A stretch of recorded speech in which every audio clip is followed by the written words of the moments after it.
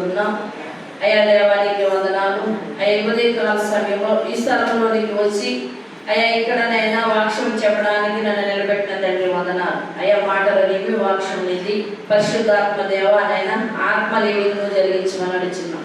అయ్యా సమయం నీ చేతిలో ఉన్నది కాబట్టి నీ వాక్యం ప్రకారం ఆయన బిడ్డలు జీవించడానికి బిడ్డలకి ఏ మాటలు అయితే అవసరమై ఉన్నాయో ఆ మాటలను ఆయన బిడ్డలకి వినిపించి తినిపించి బలపరిచి పంపించమని అడుగుతున్నాం దేవా. పలకిపూడిగా బిడ్డలకు ఆశీర్వాదకరంగా మంచి వర్తమానంతో అయ్యా బిడ్డలు బలపరిచే మాటలతో నన్ను బలపరచమని వినేటప్పుడు వాళ్ళ ఆత్మలు హృదయాలు తెరవబడాలి. హృదయం తెరవబడింది కాబట్టి దేవుడు వాక్యమును లక్ష్యం ఉంచినట్లుగా బిడ్డల హృదయాలు తెరవబడాలి.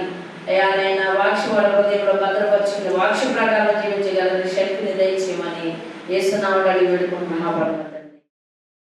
యోబు గ్రంథము 22వ అధ్యాయము 21వ వచనం మనం చూసినట్లయితే యోబు 22వ అధ్యాయము 21వ వచనం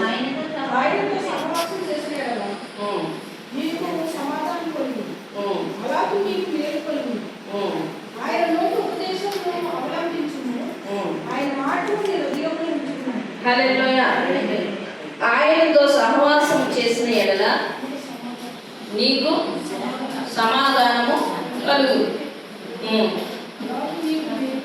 అలాగూ నీకు మేలు కలుగు. ఎవరితో సహవాసం చేస్తే నీకు సమాధానం వస్తుంది? ఎవరితోనండి? దేవునితో సహవాసం చేస్తేనే నీకు సమాధానం వస్తుంది. అలాగూ సహవాసం చేయడము అలవాటు చేసుకుంటే నీకేం కలుగుతుంది? మేలు కలుగుతుంది.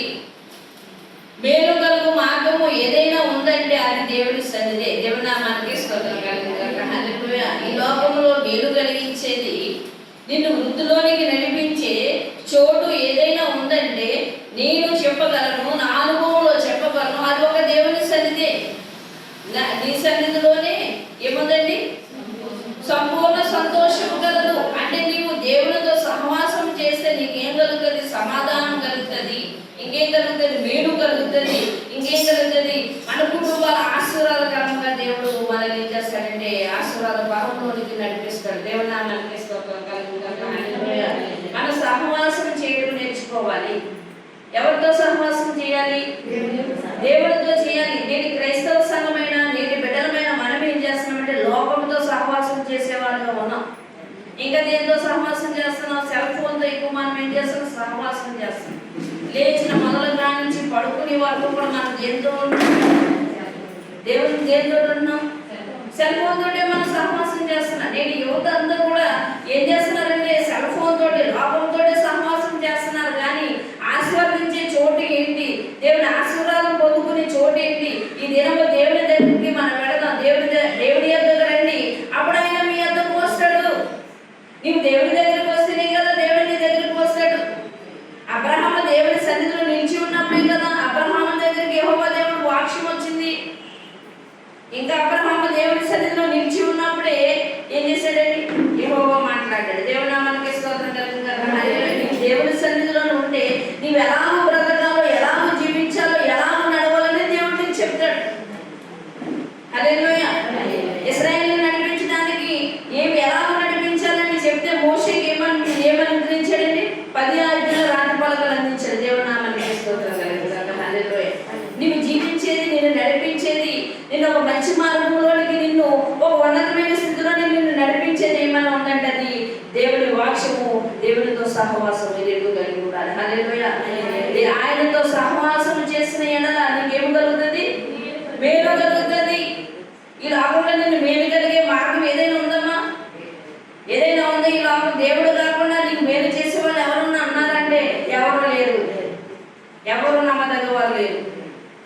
ఈ లోకంలో నువ్వు ఎవరినైనా నమ్ముతున్నావేమో, దేవుడు కాదని నువ్వు ఎవరినైనా నమ్ముతున్నావేమో, ఎవరిని నమ్మకు. ఈ లోకంలో ఎవ్వరు నమ్మదగిన వారు కాదు. నమ్మదగిన వారు ఒక్కరే ఉన్నారు. ఆ ఒక్కరే యేసుక్రీస్తు. దేవుని నామానికి స్తోత్రం కలుగుగాక. హల్లెలూయా. నీవు ఆయనతో సహవాసం చేస్తే నీకు సమాధానం కలుగుతుంది, నీకు మేలు కలుగుతుంది. మేలు కలుగు మార్గాలు ఎన్నో ఉన్నాయి, కానీ మేలు కలుగు మార్గము ఏదైనా ఉందంటే ఆ మార్గము దేవుని సన్నిధి. హల్లెలూయా. ఏ మార్గము? మార్గాల్లో నిలిచి చూడండి. పురాతన మార్గాలు, పురాతన మార్గము పురాతన కాలం నుండి చెప్తున్న మార్గం ఏంటంటే రండి రండి రండి దేవుని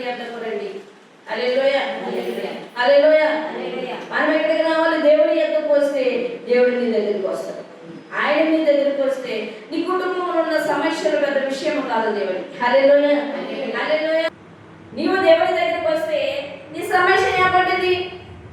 నీ సమస్య ఏమంటది? మన సమస్య ఎంత భూతత్వంలో ఉంటది, కానీ మన సమస్య దేవుని దృష్టిలో ఎటువంటిదంటే ఇసుక రేణువు వలె ఉంటుంది.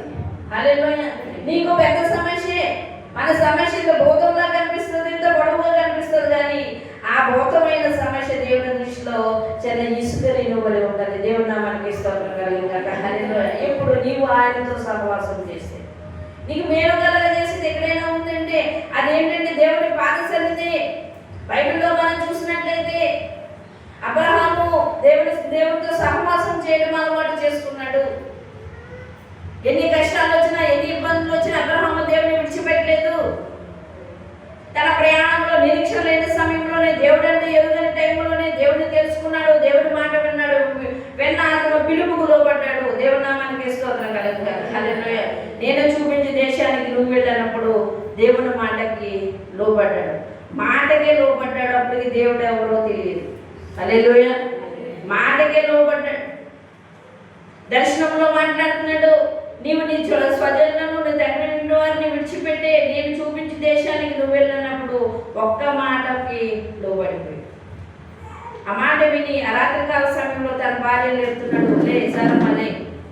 దేవుడు ఎవరో, దేవుడు నాకు రాత్రికాల సమయంలో దర్శనంలో మాట్లాడాడు, ఈ ప్రాంతాన్ని విడిచిపెట్టేమన్నాడు. దేవుడు చూపించి ప్రాంతంలోనికి రమ్మన్నాడు, కాబట్టి నీవు కూడా నాతో రా అన్నప్పుడు భార్య కూడా ఏం చేసింది? భర్తను సహకరించేదానిగా ఉంది. హల్లెలూయా. భార్యను సిద్ధపరచుకుని బయలుదేరేసరికి ఇప్పుడు లోతు ఏం చేశాడు? నేను వస్తానందే అన్నాడు. దేవుడి నామానికి స్తోత్రం కలుగుగాక. హల్లెలూయా. తీసుకుని వెళ్ళిపోయాడు. నిరీక్షణ లేని సమయంలో దేవుడు అంటే ఎవరో ఎరుగని అబ్రహాము దేవుడు మాటకు లోబడ్డాడు. నేటి క్రైస్తవ సంఘమైన బిడ్డలమైన మనం కూడా ఇక్కడ ఈ స్థలంలో నిలబడి పాటుపడుతున్న దేవుని సేవకుడు ఏది చెప్తే ఆ పిలుపుకు మీరు ఏమనాలి? లోబడేవారుగా ఉండాలి. లోబడిలోనే ఆశీర్వాదం ఉంది. అబ్రహాము లోబడ్డాడు కాబట్టి ఏం చేశాడండి? దేవుడు ఏది చెప్తే ఆ మాట ప్రకారం అబ్రహాము చేశాడు. ఏది చెప్తే అది చేశాడు. ఏమన్నాడు?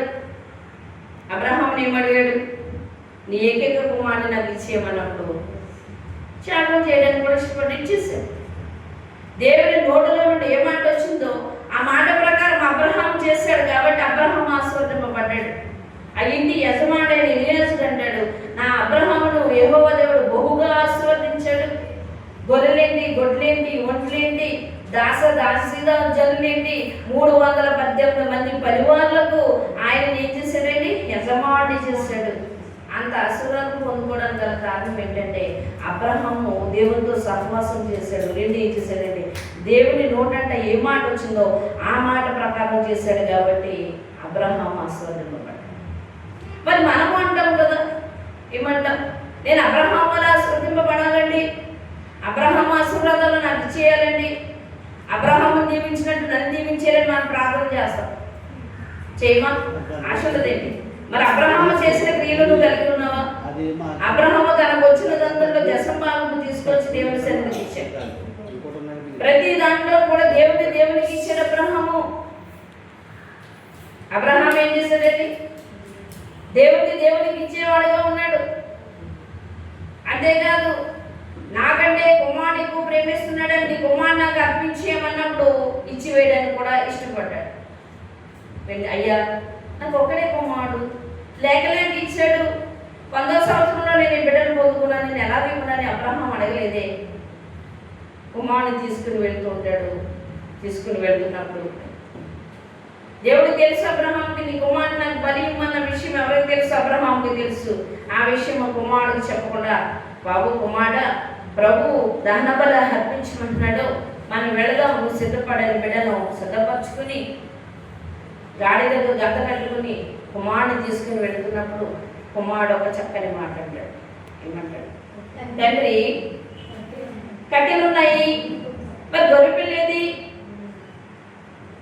దహన బలి ఇవ్వడానికి కట్టెలున్నాయి, అన్నీ సిద్ధపరిచావు, మరి గొర్రెపిల్లేది? మరి మన దహన బలి ఎలా ఇవ్వగలము అని అన్నప్పుడు తండ్రి మనసులో ఉంది, ఆ గొర్రె పిల్లవు నువ్వే బాబు అని మనసులో చెప్పాడమ్మా. అంటే తన కుమారుడు కూడా త్యాగం చేయడానికి అబ్రహాం ఇష్టపడ్డాడు. ఆ బిడ్డ నువ్వే బావా, ఆ గొర్రెపిల్ల నువ్వే అని మనసులో బాధలో ఉంటే అది దేవుడే చూసుకుంటాడు నడువు అని ఏం చేశాడంటే తన కుమారుని ఏం చేశాడు నడిపించుకుని ముందుకు తీసుకుని వెళ్ళి సమయం వచ్చింది ఆ బలిపీఠం దగ్గరికి వెళ్ళేసరికి ఆ బిడ్డను ఏం చేశాడండి ఆ బలిపీఠం మీద నిలబెట్టి కాళ్ళు కట్టేసి ఏం చేశాడండి ఆ కట్టెల మీద అలా పొరన్నప్పుడు అప్పుడు ఇసాకు కూడా మనం చూడాలంట. ఆ కట్టెల మీద పడుకోబెట్టేసినప్పుడు ఆ కుమారుడు కేకలేసలేదే, అయ్యో ఇదేంటి తండ్రి నన్ను ఎలా తీసుకొచ్చావేంటి అని అన్నాడండి. ఏం మరి మనకు తెలియదు, మరి మనమైతే ఉన్నది ఉన్నట్టే మాట్లాడుకోవాలి. నాకైతే పిశాకు విధేయుడుగానే కనిపిస్తున్నాడు. అంటే తండ్రి మాటకు లోబడేవాడుగానే ఉన్నాడు. ఎందుకంటే అబ్రహాము దేవుని మాటకు లోబడ్డాడు. ఆ తండ్రి కొడుకుల నుండి వచ్చిన ఇస్సాకు కూడా తండ్రి మాటకు లోబడిన వాడుగానే మనం గమనించాలి. లేఖనాలను బట్టి దేవుని నామానికి స్తోత్రాలు. ఆ కట్టెల మీద కట్టేసి అలాగ పొరండ పెట్టి తన కత్తిని ఇలాగ ఎత్తాడు అబ్రహాము. ఇలాగ ఎత్తగానే ఇలాగ వేటు వేసేయడానికి ఇలా వచ్చేసరికి సెంటర్ పాయింట్ వచ్చేసరికి దేవుని దూత అబ్రహామా ఆగు, హల్లెలూయా హల్లెలూయా, నీవు నన్ను ప్రేమిస్తావా నీ బిడ్డను ప్రేమిస్తావని నీకు పరీక్ష పెట్టాను, ఈ పరీక్షలోనూ కూడా నీవు విజయం సాధించావు. హల్లెలూయా హల్లెలూయా. అంటే అబ్రహాము దేవుని పరీక్షలో కూడా నిలబడ్డాడు. తన ఏకైక కుమారుని కూడా లేక కుమారుని కూడా ఇవ్వడానికి త్యాగం చేశాడు. నేటి క్రైస్తవ బిడ్డలమైన మనము దేవుని కొరకు ఏమి త్యాగం చేసేవాళ్ళగా ఉన్నాం? నీ మనసును దేవునికి ఇచ్చి ఒక 2 గంటలు దేవుని సన్నిధిలో మనసాన దేవుని ఆరాధించే విధంగా నువ్వు చేయగలుగుతున్నావా? మాకు బైబిల్ మిషన్ విధానంలో దినమునకు 2 గంటలు నువ్వేమి ఇవ్వాలి? దేవునికి ఇవ్వాలి. డబ్బులోనే కాదండి దశభాగం ఇచ్చేది, ఎందులో కూడా ఇవ్వాలి? సమయంలో. ఎందులోనే మన డబ్బుల్లోనే ఉండలేదు, సమయంలో ఇస్తామా? దినమునకు 1 గంట దైవాశీర్వాదాలు పొందుకునే గంట. హల్లెలూయా హల్లెలూయా. దినమునకు 1 గంట దేవునితో సహవాసం చేస్తే దేవుని ఆశీర్వాదాలు పొందుతాం. అబ్రహాము మాట విన్నాడు, దేవునితో సహవాసం చేశాడు. దేవుని కొరకు ఇవ్వాల్సింది దశభాగము దేవునికి ఇచ్చాడు. 4వదిగా దేవుని కొరకు త్యాగం చేయడానికి కూడా సిద్ధపడ్డాడు. నేటి క్రైస్తవ బిడ్డలమైన మనం ఎన్నో సంవత్సరాలు వాక్యాలు వింటూ వెళ్ళిపోవడమేనా? మన జీవితంలో కార్యరూపము జరగదా? కార్యము చేయవా? ఈమె నా విషయంలో ఒక మంచి కార్యం చేసిందని ఒక ఎదవరాన్ని, నీవు దేవుని విషయంలో ఏ మంచి కార్యం చేసేదాన్ని? పెదాల ప్రార్థన కాదండి, ప్రభువా ప్రభువు 1,00,000 సార్లు నువ్వు ఉచ్చరించినా కానీ క్రియలు లేని విశ్వాసము మృతమని యాకోబు పత్రిక సెలవిస్తుంది. క్రియ కలిగి ఉండాలి. దేవుని భక్తికి ఏముండాలి? క్రియ ఉండాలి. దేవుని భక్తికి క్రియ కలిగితే నా భక్తి పరిపూర్ణత వస్తుంది. ఏముండాలి? క్రియ లేని విశ్వాసము మృతము. అబ్రహాము సహవాసం చేయడం అలవాటు చేసుకున్నాడు, క్రియ కలిగి ఉన్నాడు కాబట్టి అబ్రహాము విశ్వాసులకు తండ్రి అయ్యాడు. అబ్రహాము ఆశీర్వాదములకు శుభసూచనగా మనమందరం చెప్పుకునే విధంగా ఉన్నాడంటే అబ్రహాము చేసిన త్యాగాలు, అబ్రహాము చేసిన ప్రతిక్రియను కలిగి ఉంటే అబ్రహామును ఆశీర్వదించిన దేవుడు ఈ మధ్యాహ్నకాల సమయంలో నిన్ను నన్ను కూడా ఆశీర్వదిస్తాడు. నమ్మిన వారి చేతిలో దేవుని మహిమ. హల్లెలూయా హల్లెలూయా హల్లెలూయా. సహవాసం చేస్తేనే మనకి ఏం కలుగుతుంది? మేలు కలుగుతుంది.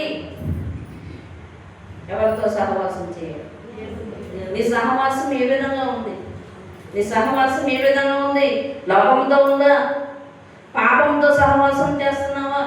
పాపక్రియలు నీతో సహవాసం చేస్తే, పాపము ఆలోచనలు నీతో సహవాసం చేస్తే, లోకము నీతో సహవాసం చేస్తే నీవు దేవుని దగ్గరికి వెళ్ళదు.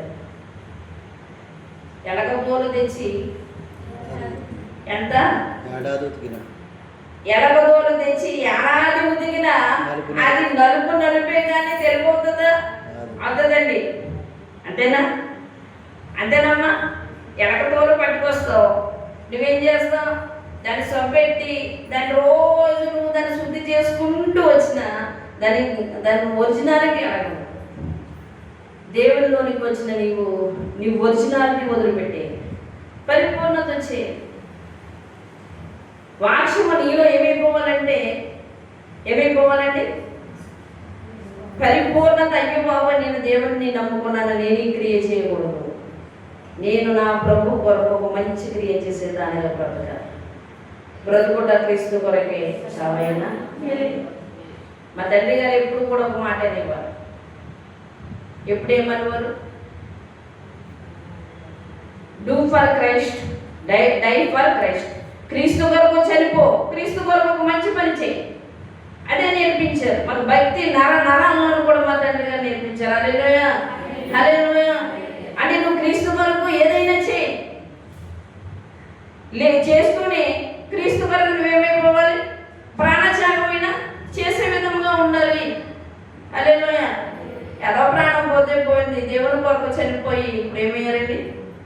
పరలోక రాజ్యంలో హతసాక్షిగా ఉన్నారు. అది దేవుని నామానికి స్తోత్రం కలిగిందాక. మనం ఏం చేయాలంటే ప్రభు కొరకు త్యాగం చేసేవారు కావాలి. నువ్వేం త్యాగం చేస్తాను? ప్రశ్న నేను మీకు వదిలివేసాను. హల్లెలూయా, హల్లెలూయా. మరి సహవాసం చేయడము నేర్చుకున్న మనము ఏం చేయాలండి?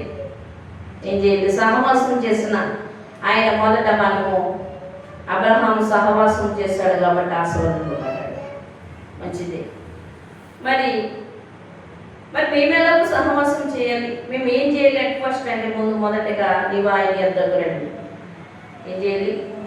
ఆయన యొద్దకు రండి, అప్పుడు ఆయన మీ యొద్దకు వస్తాడు. మొదటగా నువ్వేం చేయాలి? ఆయన యొద్దకు రండి, అప్పుడు ఆయన మీ యొద్దకు వస్తాడు. ఎబ్రీ రాసిన పత్రిక 11:6 మీరు చూసినట్లయితే మొదట మనం ఏం చేయాలంటే సహవాసం చేసిన నీవు, అయ్యో నేను ఇంటి దగ్గర ప్రార్థన చేసేసుకుంటానండి. గొర్రెలు ఉంటారు, ఏమంటారు? ప్రార్థన 2 పలుకులు వస్తే చాలు, 2 పలుకులు వస్తే చాలు. ఇప్పుడు చిలక పలుకులు నేర్చుకుంటున్నారు విశ్వాసులు. ఈ చిలక పలుకులు బట్టి ఏమైపోతారంటే మేము ఇంటి దగ్గర ఉండే ప్రార్థన చేసేసుకుంటున్నామండి, మా ప్రార్థన దేవుడు వినేస్తున్నాడండి, 2 వాక్యాలు మాకు చదవడం వచ్చేసినాయండి, మేము బైబిల్ చదివేసుకున్నామండి, మాకు వచ్చేసిందండి, టీవీలో వర్తమానాలు వినేస్తున్నామండి, టీవీ అయితే బోర్డు మంది వర్తమానాలు చెప్పేస్తున్నారు. గదులైన విశ్వాసులు నేటి కాలంలో ఉన్నారు. దేవుని నామానికి స్తోత్రం కలుగుగాక. మీకోసం నేను చెప్పట్లేదు, ఇటువంటి గనులైన విశ్వాసాల గురించి నేను మాట్లాడుతున్నాను. ఈ గనులు ఇలాంటి మాటలు మాట్లాడతారు. మరి దేవుడు ఏమంటున్నాడు? ఎబ్రీ రాసిన పత్రిక 11:6 ఏమంటాడండి? ఆయన యొద్దకు రండి, అప్పుడు ఆయన మీ యొద్దకు వస్తాడు. ఎవరైనా అంతే కదా, నీ యొద్దకు వస్తేనే నువ్వేం చేస్తావు? గౌరవిస్తావు. నీవు ఆయన యొద్దకు వస్తేనే దేవుడు నిన్ను ఆశీర్వదిస్తాడు. ఇంటి దగ్గర ఉంటే దేవుడు నిన్ను ఆశీర్వదించడండి. మొదటిగా నువ్వు ఎక్కడికి రావాలి? దేవుని సన్నిధిలోనికి రావాలి.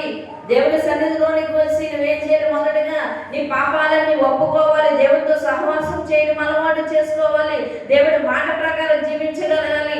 దేవుని సేవకుని మాట ద్వారా ఏది వస్తుందో అది చేసేవారుగా ఉంటేనే నీవు పరిపూర్ణమైన క్రీస్తు విశ్వాసి వారు. దేవుని నామానికి స్తోత్రం కలుగుగాక. హల్లెలూయా, హల్లెలూయా. నీ పరిపూర్ణమైన క్రైస్తవ విశ్వాసిగా నువ్వు మార్చబడాలంటే విశ్వాసంలో బలపడాలి. దేవుని సన్నిధిలో నువ్వేమవ్వాలి? వాక్యాహారము తినని ఎడల బలము ఆత్మ గెలవ వస్తుంది. నువ్వు వాక్యము వినకుండా ఉంటే నీ ఆత్మ ఏ విధంగా బలపడుతుంది అని నీవు దినము దేవుని వాక్యమును ఏం చేయాలండి? పరిశీలన చేసేవారుగా ఉండాలి. హల్లెలూయా, హల్లెలూయా. అలాగూ మనం చేసినట్లయితే మనం ఏం చేస్తామండి? అప్పుడు దేవుడు నీ యొద్దకు వస్తాడు. దేవుడు నీ యొద్దకు వస్తే, ఆయన నీ ఇంటికి వస్తే నీ ఇంటిలో ఉన్న చీకటి అంతా పోతుంది. నీ దగ్గరికి వస్తే ఏమవుతుందండి? ఆయన అడుగు పెడితే చాలు. ఆయన అడుగు పెడితే నీ ఇంటిలో ఉన్న పరిస్థితులన్నింటినీ కూడా ఆయన ఏం చేస్తాడు? మార్చి వేస్తాడు. దేవుడు మనకి స్తోత్రం కలుగుగాక. హల్లెలూయా. మనం సహవాసం చేసేవాడుగా ఉండాలి దేవుడితో. దేవుని అంత నివాసం చేసేవాడుగా ఉండాలి. దేవుని మాటకు లోబడేవారుగా ఉండాలి. దేవుని వాక్య ప్రకారం జీవించేవారుగా మనం ఉండాలి దేవుని నామానికి. అప్పుడు ఇవన్నీ చేస్తూ నువ్వు చేయవలసింది ఏంటంటే దేవుని యొద్దకు వచ్చినట్లయితే అప్పుడు ఆయన నీ యొద్దకు వస్తాడు. అసలు మీకు కూడా తెలుసా? మన వాక్యము, మనము టైము ప్రార్థన కూడిక ఎన్ని గంటలకి ప్రారంభించారు? ఇక్కడ 10 గంటలకు ప్రారంభించారు. 10 గంటలకు వచ్చిన చేతులు పెట్టండి.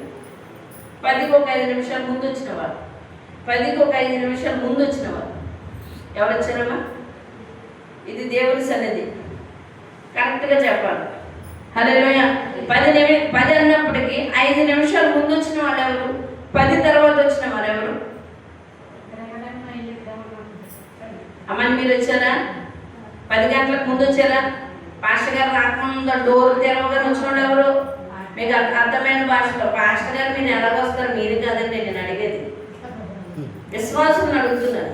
పాస్టర్ గారు పక్కన పెట్టండి. విశ్వాసులు ఎవరు వచ్చారు? మీరు వచ్చారమ్మా. చెయ్యిలా పొడవుగా పెట్టండి. ఎంతండి? దేవుని నామానికి స్తోత్రం కదా. 2 బిడ్డలు వచ్చారు. నువ్వు పెద్దలుగానే వచ్చావంటే నువ్వు ఎక్కడ కూర్చున్నావు? ప్రభు పక్కన కూర్చున్నావు. దేవుని నామానికి స్తోత్రం కలుగుతుంది. నువ్వు ఎక్కడ కూర్చున్నావు?